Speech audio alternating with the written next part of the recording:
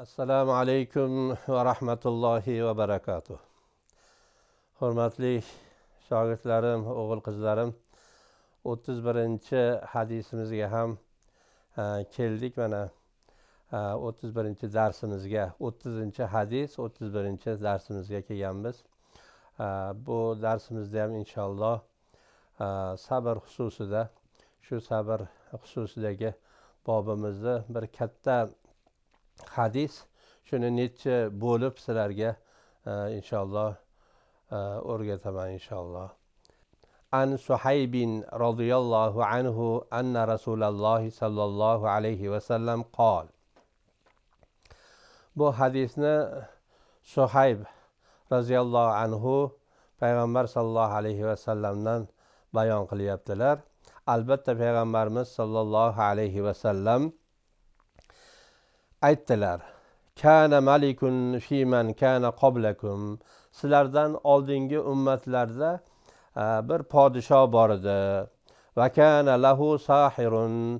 Uni bir sohiri bor edi. Oldingi podsholarni masalan sohirlari, sehrgarlari bo'lar ekanki, odamlarni masalan sehr qilib podshoga bo'yin egadigan qilib beradigan shunaqa sehrgarlari ham bo'lar ekan. Uni ham sehrgari bor edi.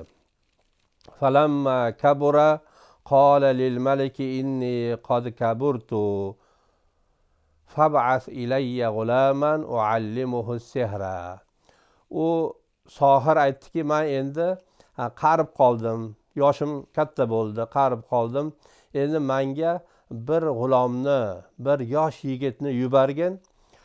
Toyinki nimaliki mani ilmim bor, o'sha ilmimni unga ham o'rgatay. Men o'lganimdan keyin go'yo u mani joyimga senga sohirlik qilsa dedi. Xo'p. Faba'asal ilayhi g'ulaman yuallimuhu. Podsho bir yigitni, juda ham aqlli, bir dono yigitni yubordi toyinki sohirni ilmini o'rganishlikka.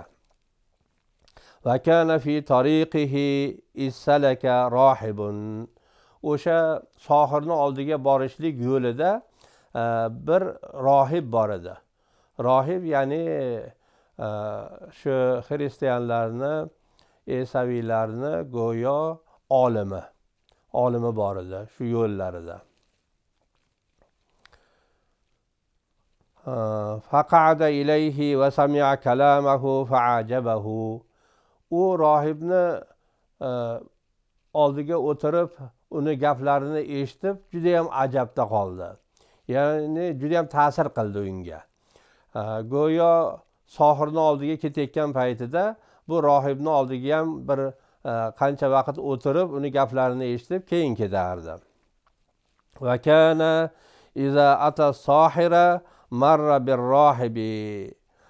Har vaqtki shu sohirni oldiga borayotgan vaqtida albatta bu rohibni oldida bir qancha vaqt o'tirardi, keyin ketardi. Va qa'ada ilayhi fa iza ata sohira zarabahu. Endi rohibni oldida ko'proq o'tirib, uni gapi ta'sir qilganligi uchun ko'proq o'tirib qolgan ekan. Shunda sohir aytdiki, sen darsga kech qolyapsan deb go'yo bolani urdi. Fashaka zalika ila rohibi. U bola kelib rohibga shikoyat qildiki, shunaqa men siz oldingizda o'tirib juda maza qilyapman, suhbatlaringizni eshitib, shuni borsam sohir meni urdi deb shikoyat qildi. Shunda rohib aytdi: faqol iza khashita sohira faqul habasani ahli. Agar sohirdan qo'rqadigan bo'lsang, aytginki, meni uyimdagilar, ahli ham meni ushlab qoldi. Bir ishlari bor edi, ahli ham ushlab qoldi degan.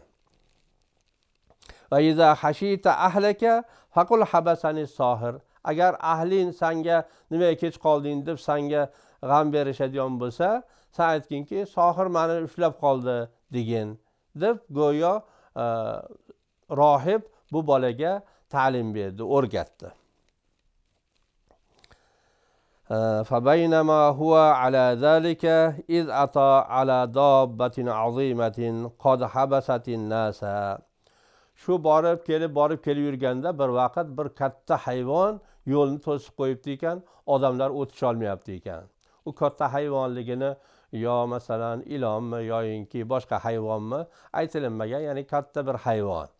Shu go'yo odamlar qo'rqqanidan o'tolmayapti ekan.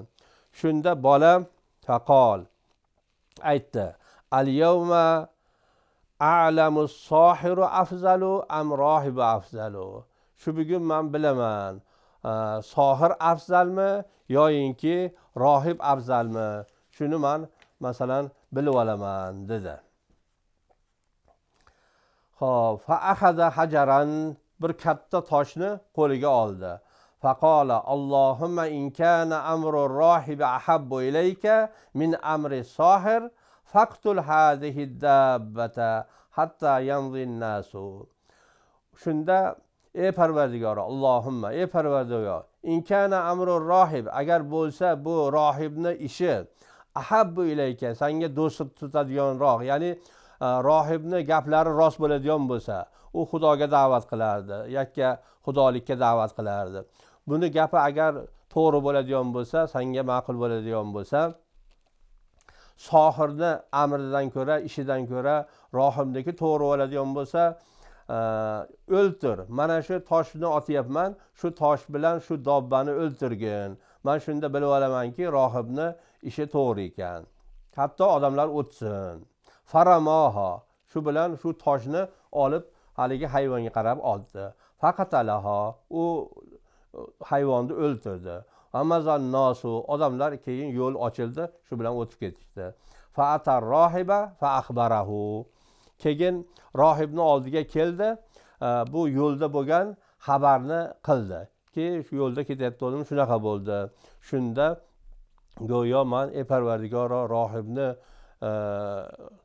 amri, ishi, ilmi to'g'ri bo'ladigan bo'lsa, sohirnikiga qaraganda mana shu hayvonni tosh otaman, shu bilan shuni o'ltirgin desam, u o'ldi.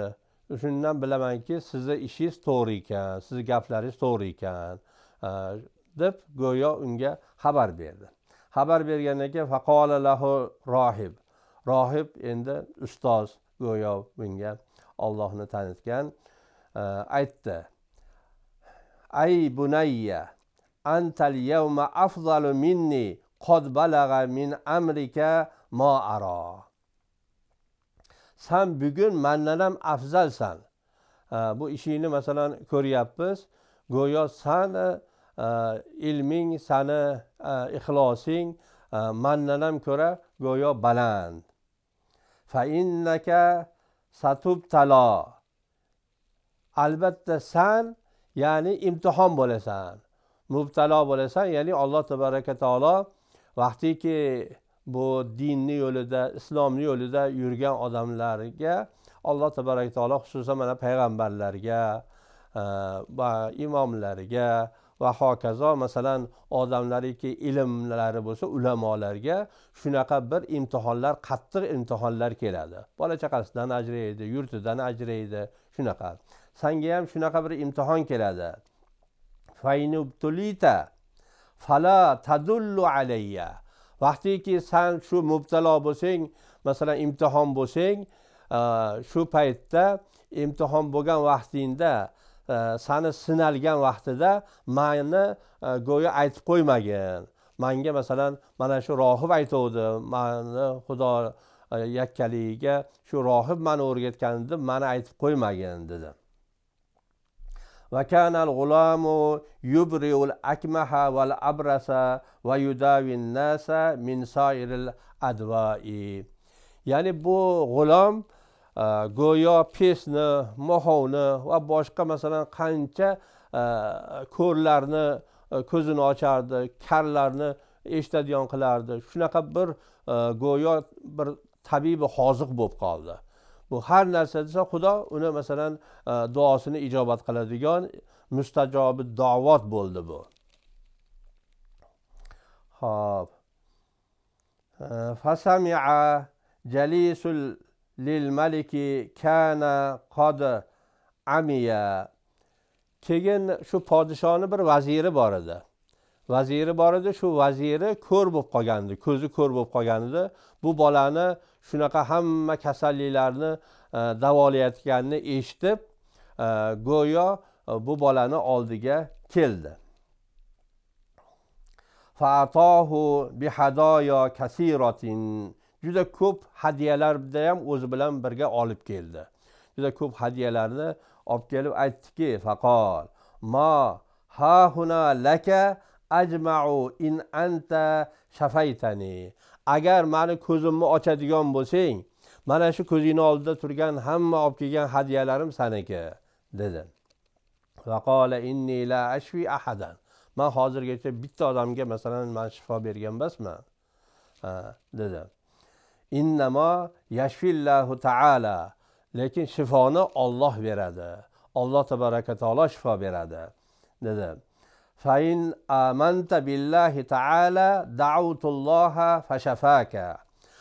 Men Alloh tabaraka taologa sen iymon keltiradigan bo'lsang, ya'ni mo'min bo'lsang, musulmon bo'lsang, keyin men duo qilaman.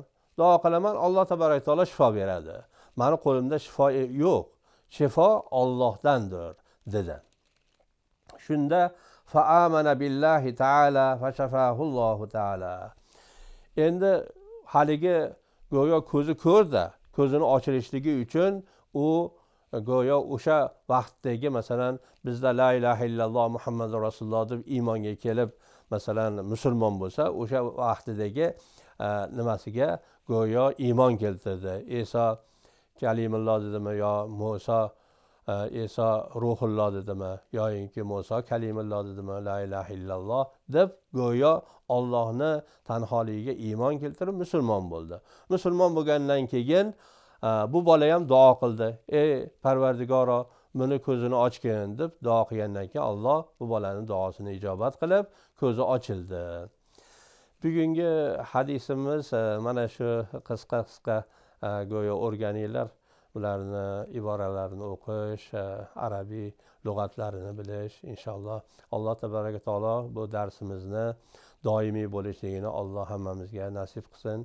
Eshitganlar amal qilishlikni hammamizga Alloh nasib qilsin. Assalomu alaykum va rahmatullohi va barakatuh.